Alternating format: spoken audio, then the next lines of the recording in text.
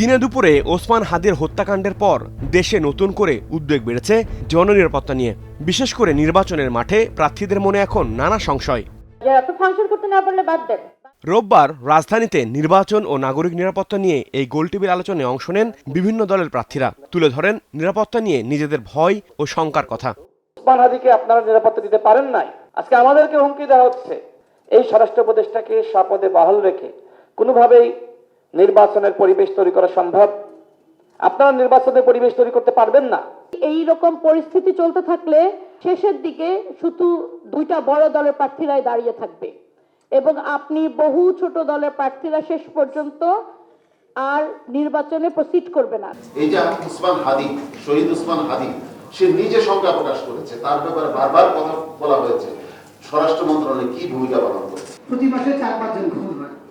এখন কখন ফুটচাষ করে ফুটাই দিয়ে আসলে আমাকেও মেরে ফেলে, আসলে আমি নিজেও জানি না।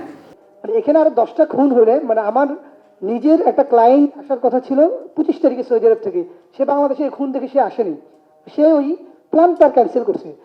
অভিযোগ, প্রার্থীদের নিরাপত্তা নিশ্চিতে বারবার তাগাদা দেওয়া হলেও এ ব্যাপারে নির্বাচনের আগেও উদাসীন সরকার। সর্বোচ্চ প্রায়োরিটি দিয়ে এই সিসি ক্যামেরার জন্য বাজেট বরাদ্দ করতে হবে। আপনারা শুধু চিন্তা করেন, যদি হাদির ক্ষেত্রে যদি এই সিসি ক্যামেরা ফুটেজটা না থাকতো, আমরা এখন কথাও বলতে পারতাম না। যে এইখানে যদি ন্যূনতম জাতীয় ঐক্যমত্য না থাকে ফর দিস ট্রানজিশন, তাহলে আমরা সবাই ক্ষতিগ্রস্ত হব, এই বিপর্যয় থেকে কেউ রক্ষা পাবেন না। এ সময় সিনিয়র সাংবাদিক শহীদুল আলম বলেন, ফ্যাসিস্ট শেখ হাসিনা পালিয়ে গেলেও তার শেকড় বাকড় রয়ে গেছে, যারা এখনো ষড়যন্ত্র করছে। লুকোচুরির কোনো ব্যাপার নেই। ভারত আমাদের দেশে কত বড় প্রভাব রাখে। নিপীড়করা চলে গেছে যেমন আমরা মনে করি, নিপীড়রের শেকড়গুলি চলে গেছে সেটা ভাববার কোনো কারণ নেই। তাদের হাতে অনেক টাকা পয়সা রয়েছে, সেই টাকা পয়সার ছড়াছড়ি কি প্রভাব ফেলে সেটা আমাদের বুঝতে হবে। নিরাপত্তা নিশ্চিত করতে পর্যাপ্ত বাজেট বরাদ্দ দিতে সরকারের প্রতি আহ্বান জানান উপস্থিত জামাত ও বিএনপির প্রতিনিধিরা। একটা জায়গায় তো আমরা সবাই একমত যে এই বাংলাদেশকে গণতান্ত্রিক উত্তরণের পথে আমাদেরকে তুলতে হবে এবং সেইটার জন্য যা যা করণীয় হাদি বলে গেলেন, সব বিচার, সংস্কার এবং নির্বাচন, এই কোনোটাকে বাদ দিয়ে বাংলাদেশকে টিকিয়ে রাখা সম্ভব হবে না।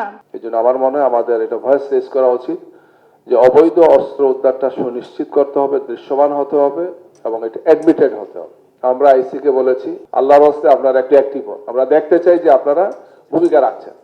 দেশের নিরাপত্তা ও সার্বভৌমত্বের প্রশ্নে সব দলকে আবারও ঐক্যবদ্ধ থাকার আহ্বান সবার কণ্ঠে। নির্বাচন উপহার দেওয়া সম্ভব হয়। হাবিবুর রহমান অফি, স্টার নিউজ, ঢাকা।